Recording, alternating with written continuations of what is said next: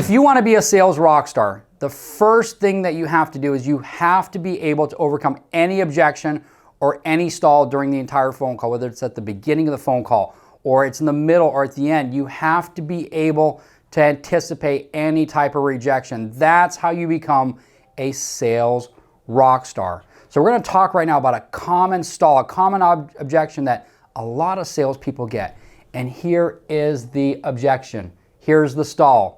I want to talk it over with my spouse. See, before understanding how to respond to this stall or objection, you must make sure, first and foremost, that you are talking to the decision maker. You see, most of the time when a prospect says this to a salesperson, it's because the salesperson did not do a good job at diving deeper during the discovery process to make sure that they were talking to the actual decision maker. See, if you're selling insurance to someone and they told you that they're the decision maker, but you still have some type of reservation, see, this is what you should do. So I'm about to throw down a secret right now. Here's a boom for you. Ask the prospect how they purchased their current or previous insurance. There you go. That's how you find out if they are the decision maker. You ask them how they made their buying decision on a previous insurance. If they tell you that they made the decision with someone else, they're probably not the decision maker. It'd be very smart at this point of the phone call to get the other person on the phone with you right away. See, if that's not possible, take a little bit of time to do your discovery to make sure that you have a prospect that actually needs your help, that actually has a problem that needs solving. Remember, sell the problem, not the solution. Sell the problem, not the solution. Do not go through a presentation or a pitch with someone that is not the decision maker. You're wasting your time. See, the odds of getting them to close is very, very low. I'd see so many sales agents that would do that, lounge acts, that at the end they would say, you know what, I probably have a 10% chance of closing them. So they put all this time and all this effort into something that they had a 10% chance of closing. Don't do that. Go after the 90%. You'll spend all this time with someone to maybe get a 10% chance of convincing them to actually close with you. Those odds in sales to be consistent, to be a sales rock star, are not worth your time. See, make sure to set a solid appointment in your pipeline for no less than 24 hours to get back in touch with both individuals so you have a much higher success rate of closing. See, if you are absolutely certain that you are talking to the decision maker, but they still tell you that after the presentation, they need to go over with their spouse or their significant other, there's a reason why they're telling you this. The prospect does not have enough information to decide, but they feel bad telling you that. You see, most of the time, the prospect is really unsure of what to do and wants someone else's opinion. So they do not get that, so they're not going to tell you that they're making the wrong decision. It's up to you to make sure that they understand that they're making the right decision. See, there's a line that I've found that will draw out the decision maker and what the problem they're wrestling with. So here's the advice for you. Always agree. You're going to hear me say that a lot. Always agree. So the other person lets their guard down and does not feel that you're going to make them feel stupid for saying that they need to speak to their spouse. So again, agree with the individual so you don't make them feel stupid for telling you that they need to speak to their spouse. See, here's how you go about this. When somebody tells you that they need to talk to their spouse, the first thing you want to say is, I hear you. I hear you, Jill. Use their first name. Again, I hear you, Jill. Okay? It brings back that connection. You are just like me. What types of questions do you think that your spouse will have?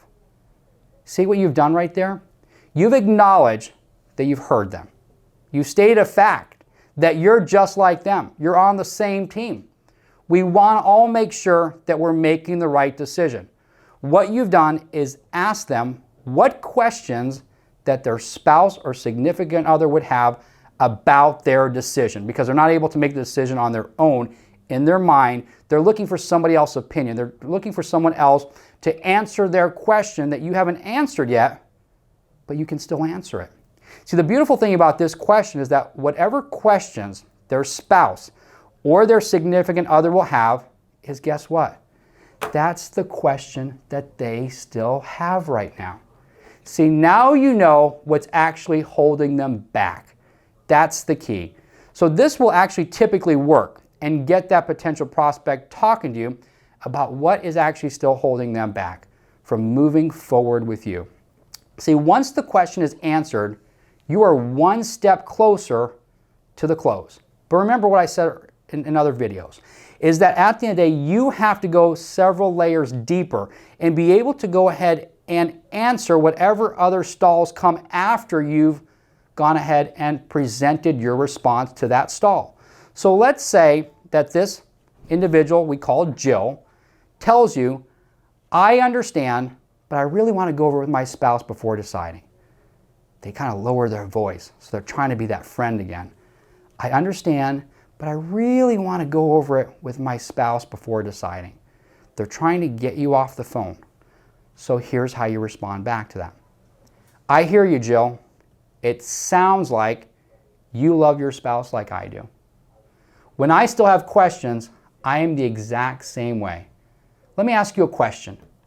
See, what you've just done is you've gotten emotional. You've gotten out of the transactional mode. You've gotten emotional. You've gotten vulnerable with a person. I hear you, Jill. It sounds like you love your spouse like I do. So you're back on that same team. You're back on that same wavelength. When I still have questions, when Greg still has questions, I'm the same way. I want someone else's opinion. Well, let me ask you a question. See, what you're trying to do is you're trying to appeal to their emotions and show that you both have something in common. What you need to do at this point is you need to go back over the discovery and start asking more open-ended questions of them. You are subliminally acknowledging that they still have questions. They just actually kind of conveyed to you that they still have questions. There's still something that they do not understand, but they have not told you. Keep asking open-ended questions and go back over the process as many times as you can in order to go ahead and help them understand the problem. So what you need to do at this point right now is this. You need to go after the problem. Forget about the solution. Forget about the fact that you're trying to sell them something right now and uncover the problem and go several layers deeper on that problem in order to be successful, in order to be able to help this person. It's not about closing this person. It's about helping them solve a problem.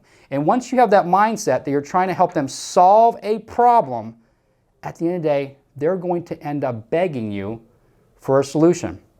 And that's how you're a sales rock star, is you go several layers deeper on your questions, and at the end of the day, you really uncover the problem, so at the end of the day, they're actually begging you for the solution.